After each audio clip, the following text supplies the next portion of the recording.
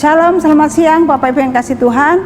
Kita kembali berjumpa di dalam siraman rohani pada siang ini. Saya akan mengajak Bapak Ibu kembali untuk sharing firman Tuhan. Kali ini Gereja Isa Al-Masih dalam bulan Maret mengambil satu tema, yaitu tentang citra keluarga Kristen. Dan saya mengambil subtemanya, yaitu keluarga yang menghadirkan Tuhan.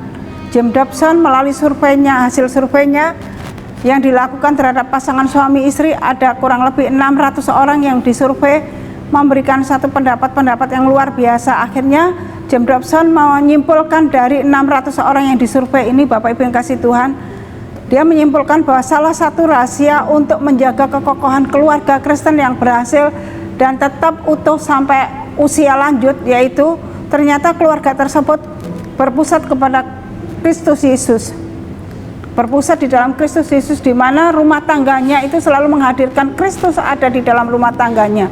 Dalam Amsal pasal 3 ayat 5 sampai 10, saya akan membacakan bagi Bapak Ibu sekalian, dan kita akan melihat bagaimana orang yang menghadirkan Tuhan di tengah-tengah rumah tangganya. Amsal 3 ayat 5 sampai 10, demikian bunyi firman Tuhan. Percayalah kepada Tuhan dengan segenap hatimu dan janganlah bersandar kepada pengertianmu sendiri. Akuilah Dia dalam segala lakumu, maka Ia akan meluruskan jalanmu. Janganlah engkau menganggap dirimu sendiri bijak, takutlah akan Tuhan dan jauhilah kejahatan. Itulah yang akan menyembuhkan tubuhmu dan menyegarkan tulang-tulangmu. Muliakanlah Tuhan dengan hartamu dan dengan hasil pertama dari segala penghasilanmu. Maka lumbung-lumbungmu akan diisi penuh sampai melimpah-limpah, dan pemerahanmu akan meluap dengan air buah anggurnya.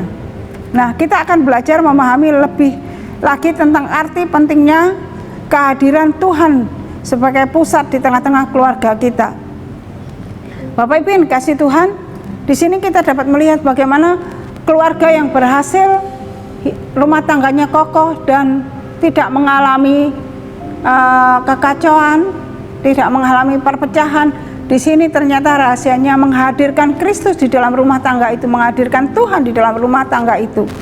Nah, kita akan belajar 3 kebenaran penting mengenai menghadirkan Tuhan di tengah-tengah keluarga kita.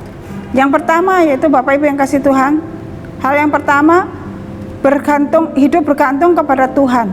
Jadi, yang pertama, supaya keluarga kita tetap kokoh dan harmonis dan keluarga kita tetap di dalam pimpinan Tuhan, di mana kita menghadirkan Tuhan di dalamnya, yang pertama hidup bergantung kepada Tuhan. Dalam ayat 5 dikatakan, percayalah kepada Tuhan dengan segenap hatimu dan janganlah bersandar kepada pengertianmu sendiri. Jadi Bapak Ibu yang kasih Tuhan, di sini semua anggota keluarga dari orang tua, anak, suami, istri itu hidup takut akan Tuhan dan bergantung kepada Tuhan, dan tidak bersandar kepada pengertiannya sendiri, tidak bersandar kepada kehidupannya sendiri, tetapi bersandar dan bergantung kepada Tuhan. Dan dalam sepanjang perjalanan hidupnya selalu hidup takut akan Tuhan dan mengandalkan Tuhan. Dan di sini Tuhan sendiri yang akan memimpin hidup mereka, hidup rumah tangga mereka, keluarga mereka. Oleh sebab itu Bapak Ibu yang kasih Tuhan, ini adalah sangat penting dalam kehidupan kita sebagai orang Kristen, orang yang percaya kepada Yesus Kristus. Bagaimana citra keluarga Kristen itu dapat disampaikan kepada banyak orang kalau hidup rumah tangga atau keluarga itu berantakan. Jika mau citra keluarga Kristen itu dapat dilihat dengan baik oleh orang-orang sekitarnya, maka hidup keluarga itu harus menghadirkan Tuhan di tengah-tengah keluarganya. Dan bagian yang kedua, Bapak Ibu yang kasih Tuhan, hidup sesuai dengan kehendak Tuhan. Di dalam ayat 6 sampai ayat 7 dikatakan, akuilah Dia dalam segala lakumu, maka Ia akan meluruskan jalanmu. Janganlah engkau menganggap dirimu sendiri bijak, takutlah akan Tuhan dan jauhilah kejahatan. Itulah yang akan menyembuhkan tubuhmu dan menyegarkan tulang-tulangmu. Selain bersandar dan bergantung kepada Tuhan, keluarga yang menghadirkan Tuhan berarti di situ keluarga yang hidup sesuai dengan kehendak Tuhan, bukan dengan kehendaknya sendiri, kemauannya sendiri. Di dalam ayat 6 mengingatkan kepada saya dan Bapak Ibu sekalian, di mana ketika seluruh keluarga itu mengakui Tuhan sebagai Tuhan dan Juru Selamatnya dan hidup berjalan sesuai dengan apa yang dikehendaki Tuhan, maka Tuhan yang akan memimpin setiap langkah hidup mereka dalam rumah tangga itu. Makanya di dalam ayat yang ke-7 dikatakan, janganlah engkau menganggap dirimu sendiri bijak, takutlah akan Tuhan. Di sini bahwa kita harus mawas diri, menyadari siapa kita. Hanya Tuhan yang mampu dan sanggup memimpin kita sehingga kita dapat berjalan sesuai dengan kehendak Tuhan. Kita adalah bukan orang yang mempunyai pengertian, kepandaian atau kebijaksanaan yang begitu luar biasa kalau bukan Tuhan yang memimpin hidup kita. Makanya dalam ayat firman Tuhan ini dikatakan, janganlah engkau menganggap dirimu sendiri bijak, tetapi dikatakan takutlah akan Tuhan dan jauhilah kejahatan. Ketika kita sadar segala kelemahan yang ada dalam diri kita, kita bergantung penuh kepada Tuhan dan kita menjauhi kejahatan dan hidup sesuai apa yang dikehendaki oleh Tuhan, maka Bapak Ibu yang kasih Tuhan, Tuhan yang hadir di tengah-tengah keluarga itu yang akan memimpin rumah tangga dan keluarga saudara, sehingga di dalam keluarga itu ada satu damai, ada satu shalom yang memimpin dalam hidup keluarga itu. Oleh sebab itu Bapak Ibu yang kasih Tuhan, hadirkanlah Kristus di dalam rumah tangga saudara. Karena jika rumah tangga atau keluarga saudara berpusat kepada Kristus, maka di situ ada kasih dan damai yang datangnya daripada Tuhan.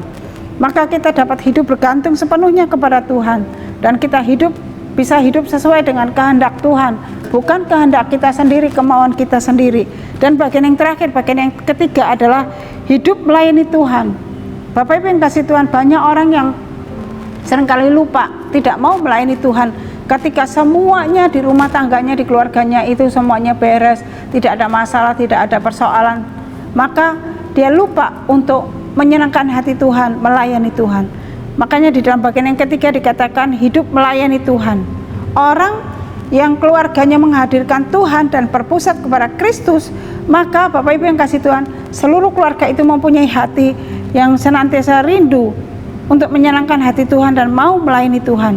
Di dalam ayat 9 dikatakan, muliakanlah Tuhan dengan hartamu dan dengan hasil pertamamu dari segala penghasilanmu, maka lumbung-lumbungmu akan diisi penuh sampai berlimpah-limpah, dan bejana pemerahanmu akan meluap dengan air buah anggurmu. Penulis Amsal juga menginginkan kepada pembaca bahwa untuk hidup dalam berkat Tuhan, mereka juga harus belajar mengembalikan apa yang harus dikembalikan kepada Tuhan. Dalam hal ini Bapak Ibu yang kasih Tuhan, berbicara tentang mempersembahkan hasil pertama kita, yaitu hasil dari seluruh pekerjaan kita, dan maka Tuhan yang akan memberkati kita dengan limpah, Bapak Ibu yang kasih Tuhan. Dan Bapak Ibu yang kasih Tuhan, ketika kita hidup di dalam pimpinan Tuhan, maka hati kita senantiasa rindu untuk menyenangkan hati Tuhan. Oleh sebab itu, mari hari ini kita menyadari, mungkin di antara Bapak Ibu sekalian di tempat ini masih ada yang belum mau melayani Tuhan dengan apa yang Tuhan sudah kasih dalam hidup Bapak Ibu sekalian. Mari saat ini belajar dalam hidup kita untuk melayani Tuhan.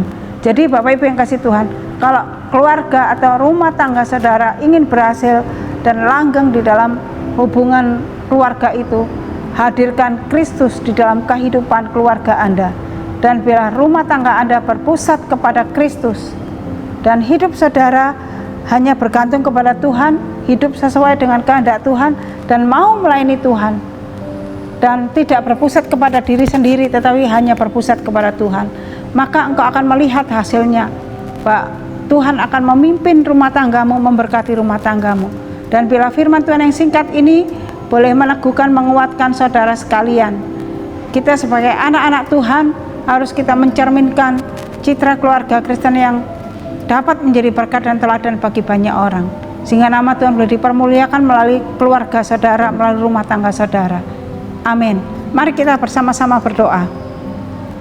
Bapa yang di surga, biarlah firman Tuhan yang singkat ini boleh memberkati kami dan mengingatkan kembali kepada setiap kami, pada dalam seluruh keluarga kami mau menghadirkan Tuhan di tengah-tengah keluarga kami, sehingga ada satu damai, ada satu sejahtera dan keharmonisan.